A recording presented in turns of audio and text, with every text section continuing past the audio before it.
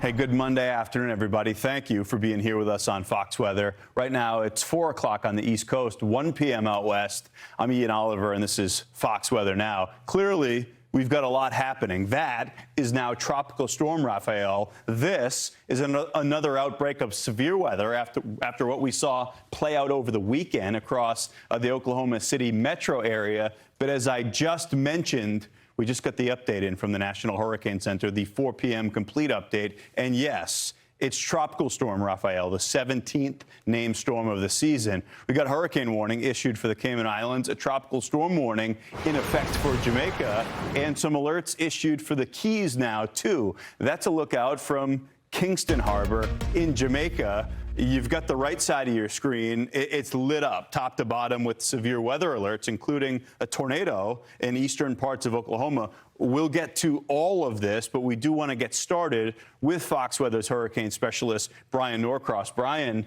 17th named storm of the year in Rafael. We expected this, as you said, because of what the hurricane hunters had found. It sounds like this is on its way to becoming a Cat 2. Thankfully, it doesn't stay there. Yeah, a Cat 2 before it gets to Cuba, and Cat 3 would not be surprising. I mean, the conditions are all there if the system can produce a core, and it is producing a core. So that's what was missing before. And now the computer analysis that indicates could a system rapidly intensify, kind of pointing to this one likely having rapid intensification. So here's where we are. Tropical Storm Rafael, 45-mile-per-hour winds now is the estimate, still moving north in the direction of Jamaica, and the pressure there down to 997 millibars. It's just been dropping all day and is now forecast to continue to drop. Here you see this flare up of thunderstorms. See where the bright whites pop out there in the middle of the darker area? That's what is apparently part of an eye wall trying to develop. Eye walls develop in systems that become hurricanes. Tropical depressions don't have eye walls very often. Tropical storms don't as well, but this one apparently is trying to develop one, an indication that the intensification process is well underway. Looking close up at it now, there's where the circulation is, right in here. So the idea is it's going to head up something like this, and Jamaica will be on the side of it with the strongest winds. The strongest winds are over in here, so they're going to get whatever it is that Rafael has to offer. All right, here is the analysis now by the computer models. You see still not a completely round shape, but this is right here where those strongest winds are. Now, let's look at the latest cone just in from the National Hurricane Center, and you can see all the wind values and wind forecasts are higher than they were in the previous advisory, as we discussed there last hour. So the thinking is that as it's past Jamaica, the line there indicates nominally the middle of the day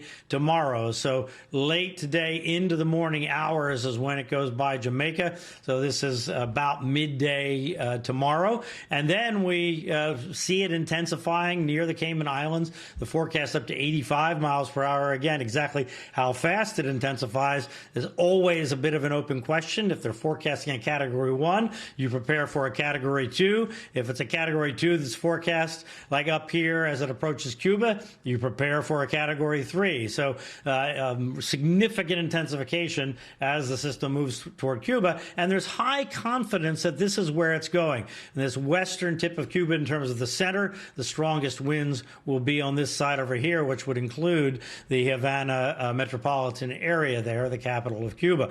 Now, moving north, you see the idea is that it starts to weaken significantly. Where is it in the Gulf at this point? Because there are forecasts that take it this way. There are forecasts that take it up this way. The Hurricane Center takes more or less middle ground, but all of the forecasts indicate weakening before it gets to the coast, wherever it gets to the coast, and in a lot of cases, significant, dramatic weakening. So this is not a Hurricane Helene situation where it's going to come out of the Caribbean and barrel ashore somewhere and cause all kinds of damage and destruction because it's a super strong storm.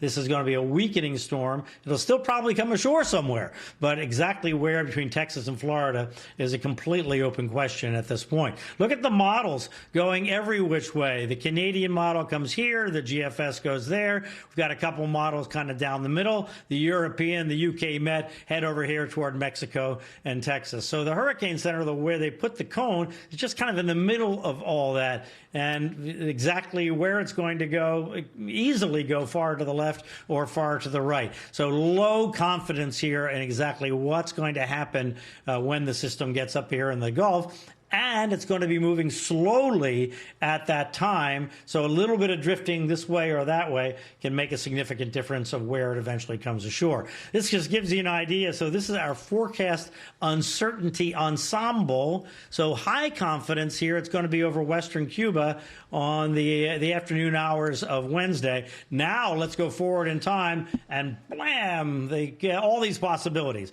Right now, a lot of them kind of come over here toward Mexico and Texas, because there are more of these based on the European model that's heading that way, and fewer based on the GFS model. But you can see there's a lot of them that kind of come up and then do some kind of looping up in here. A general stalling and dawdling in the central Gulf is the idea, and weakening all at the same time. All right, so that's the kind of the pattern. Now, how about the winds? Well, take a look here. These are the strongest winds we talked about here, and they're in the 30, maybe 40 up to 50 mile an hour range. You see the reds in there.